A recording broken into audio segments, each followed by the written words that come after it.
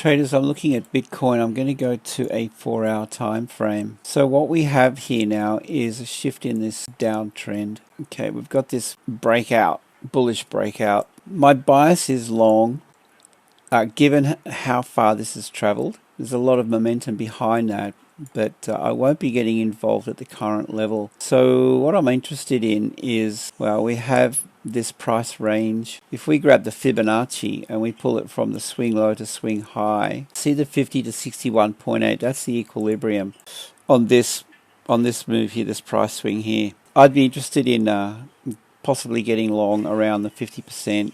So that's a fair pullback. Let's just have a look at it on the 1H. And yeah, there's a couple of things about this time frame that is important. See this candle here, this green candle. All right, there's nothing left and right of it. Okay, it's one-sided trading, 1 hour time frame. So this is a bullish imbalance on the 1 hour.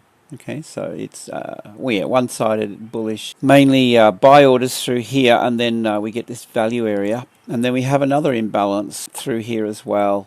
My thing, I think, with this would be this point. This is my point of interest at the moment. So I'd be wanting to see a move right back down into this level before I get involved. All right, so with that, here's an idea for you. Trade idea, stop under the low. That's a 2-hour target right there. All right, guys, so that is my take on Bitcoin. That's pure speculation. You could set up a buy limit order, possibly, or you could wait and see if price trades back down and wait for it to shape up, to set up. So you'd be wanting to follow it on a lower time frame, say a 15-minute time frame.